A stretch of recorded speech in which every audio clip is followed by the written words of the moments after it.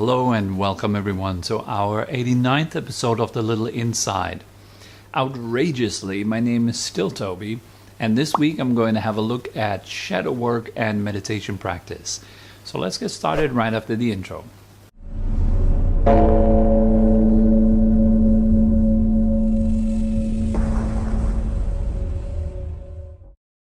So what on earth is the shadow?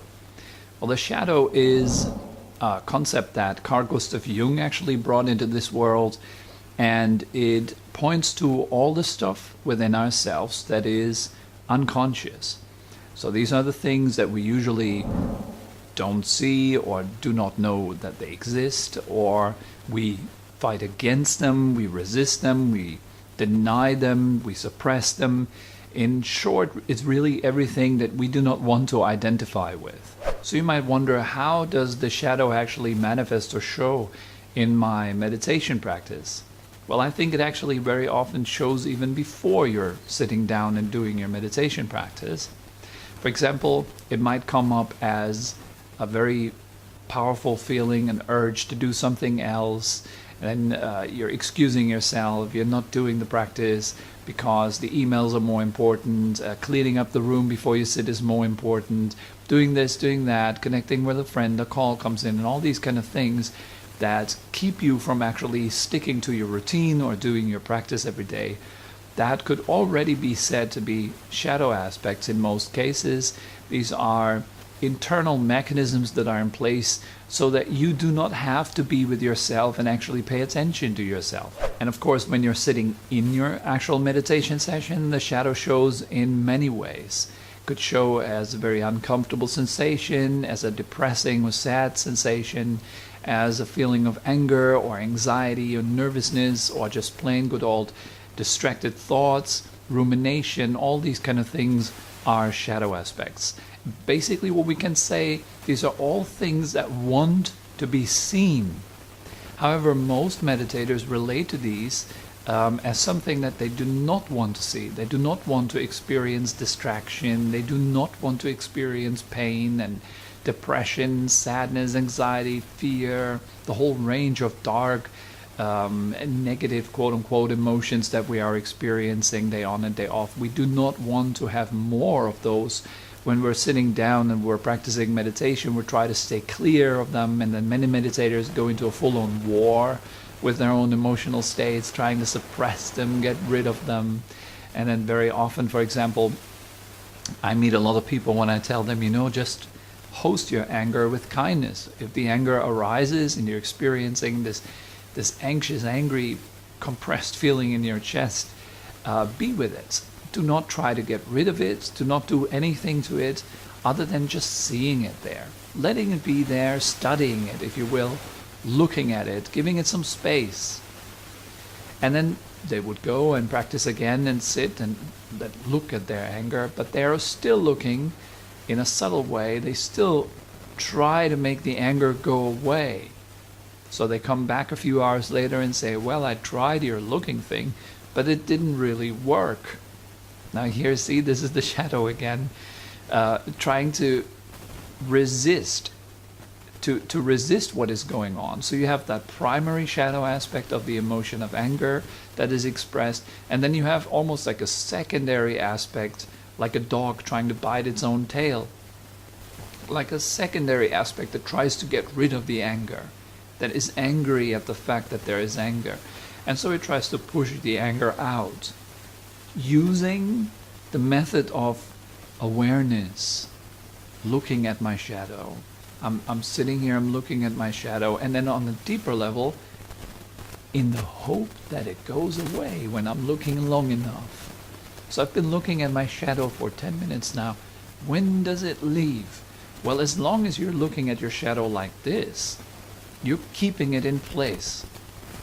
The shadow can only dissolve and be reintegrated into your being if you are fully accepting it. And this is something we need to learn gradually. This is really important. You do not learn this, the art of accepting the shadow or reintegrating the shadow suddenly. It's not a flash experience like, oh, I'm experiencing a negative emotion, and now I'm just accepting it and everything is nice. Forever after, I'm happy forever after. It's not like that, right? So it's a gradual learning how to accept the things that are difficult to accept.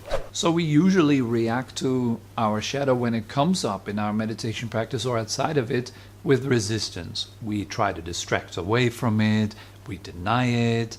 In a conversation, we might just deny it. We might, like all these things that happen in life. If someone points out, for example, you're anxious, and then someone suddenly points that out and says, Tobi, why are you so anxious? And I'm like, no, I'm not anxious. Now here, you have the shadow, the anxiety. The shadow has been seen by another person.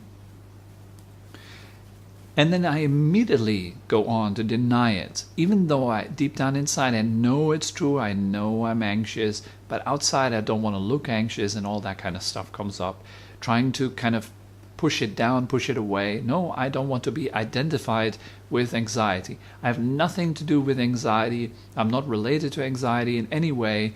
Anxiety is not my business. It's something that other people have, not me, ever. Okay, so the shadow needs a kind of a safe space in which it is allowed to arise, because usually we react to it with resistance. The way we could, however, react to our shadow is with kindness, with acceptance. And that is by knowing that we are all experiencing these emotions that we do not want to experience. We're all experiencing them anyways. Like every living being in this world knows what anger is. Everybody knows what sadness and depression is. Everybody knows, at least, to some extent. Some people know depression better and in a deeper way than others, because they're habitually tapping into that emotion to a point where it becomes automatic. Like in Netflix. You have this thumbs up signal, right? You can click on that to show that you're liking a certain movie. Then Netflix will serve you particularly those movies that you also might like. Your brain is very much the same, your nervous system, your body is very much the same. If you're habitually tuning into a certain type of emotion, the body begins to support your choice. So at first it's just on the level of thought, then it goes into the level of emotion, we're feeling the emotion, and then it goes into the level of even a physical response. The body supports the habitual choice of your attention to dwell with a certain emotional state, and then you're getting better and better and better at it. We can say it like that. Some people are good positive thinkers. They're habitually tuning into or tapping into this positive energy. Some people are more negative in their outlook. They're continuously dwelling on the negativity of a situation. And so we can see our shadow as that. It is kind of almost like a subconscious habit that goes on, and it reacts to itself, trying to keep itself from being experienced. In shadow work, however, we are reacting to it in a different way. We're actually seeing it, because within awareness it can be released. And it is not cut off anymore. It is seen for what it is. And so what is the shadow on a deeper level? It is just energy. It is simply energy that lives within our being. And it is this energy even before you give it any name, before you put it in a certain box. And you say, this is the energy of anger. This is what anger feels like. And here is what that means. And here's what I need to do with it. Anger is unacceptable in our societies. You shouldn't express it. You should kind of swallow it down. You should always be happy. You should always be nice. You should always be functioning and so forth. And so people they bottle it up. They try to keep it down. And then yet others, they say, well, you shouldn't keep it down. You should express it freely. That's also not the solution. Suppression is not the solution. expression is not the solution. The solution, or the real shadow work, is an awareness-based technique. We learn to give our shadow, those things that we do not want to accept, we give them space. And that is what real meditation practice is all about. As Jiddu Krishnamurti said, that the seeing is the doing. It's a very nice way of putting it. And yes, so it is in our practice. The seeing is the doing. You want to see what is going on. Not judge it, not push it around, not control it, not trying to do anything to it. The doing here, doing something to it, that's not it. Instead, learn to see it for what it is. And that's difficult, particularly in the beginning when the mind is still like a monkey mind, and it jumps in every direction and it is easily swayed off its feet. So it's important to learn to gather some stability in our mind. What helps us to accept our shadow, therefore, are two qualities. The first one is kindness, acceptance, and the second one is awareness. There is a great risk for many people who are practicing meditation to fall into, or to use the meditation practice, to use the spiritual practice as a means of avoiding the issues that should be dealt with.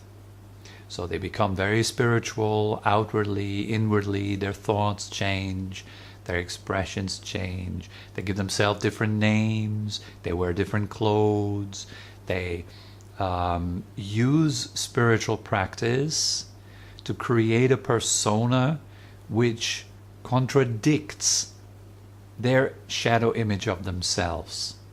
So for example, if I don't like myself very much, I feel I'm not perfect enough, I'm not good enough, then I would display myself as a perfect spiritual being, trying to do everything nicely and in a good way. I'm going to be the best good boy in the room, and I'm going to express myself like that in these ways. I'm in a way getting really good at holding up this mask of myself, of being this flawless spiritual being which is continuously above everything else. That's kind of the worst form, or the worst thing that you can do with your shadow. The shadow is not something bad, even though the word shadow very often suggests that it is dark, and darkness very often suggests it's bad. But that's just a mental wiring. This is a cultural perception that we have. That is not actually the truth. The shadow simply means it's a place where there is no light, or little light. And so what is it? What is this illuminating quality? It is awareness. Awareness illuminates the shadow. So your act of actually stepping back and becoming an observer to what goes on in your human consciousness is the step to the resolution. It's the first step to the solution. And receiving whatever goes on in your consciousness with kindness, to allow it to be there, because it has its place, otherwise it wouldn't be there. So then the shadow can slowly dissolve. But if we are using spiritual practice, which is in fact there for the shadow to be reintegrated into your being, if you're using spiritual practice to do the opposite, namely to keep the shadow in place and kind of just putting it behind the mask of a pleasant external image of yourself, then we have a real problem. And so many of these people are actually on the spiritual path, and that is including myself. I'm not excluding myself from this. I'm very much prone to doing that. I'm very much trying to be perfect. Very often I'm trying to display myself as the nice Tobi, who is wise, who puts a nice quote on Facebook, who gives always pleasant answers, who always is in a way very nice and spiritual and very wakeful. And Some people, they call me out, they are in my face and they say, well, Tobi, what you just said is rubbish, or it doesn't make any sense what you're saying. And it hurts like hell. And that points to the shadow. Every time people are calling out my bullshit that I try to hide behind my spiritual facade, it hurts particularly much. And so that is my practice. You see, it is my practice to actually work in my daily life with situations that call me out, that give me pain, that hurt me, because that is my only kind of feedback to see here is something that I'm hiding, that is something that I'm ignoring, it's something that I don't want to face. And here that person seems to see into something that I do not want to see. The proof for that is my emotional response. So I think it's a really, really interesting topic. We could sure discuss some more about it, and maybe we do a later video at some point. But for now, I think this is good enough, and enough for this week. And I hope you like this little episode. If you do have any questions or you want to share something, feel free to write it down in the comment sections below. I'm always happy to read your guys' comments. And I'm always also happy to know that these little videos actually help you and benefit you in some way. Well, for now, I will leave you for the next week and wish you a wonderful week. And maybe you have some chances to discover your own shadow during your practice a little bit. Share it if you like. And it's maybe a first step for you to make it a bit more obvious, to make it a bit more seen, and to see that we are all just human beings experiencing the same kind of hardship, the same kind of difficulties, all together.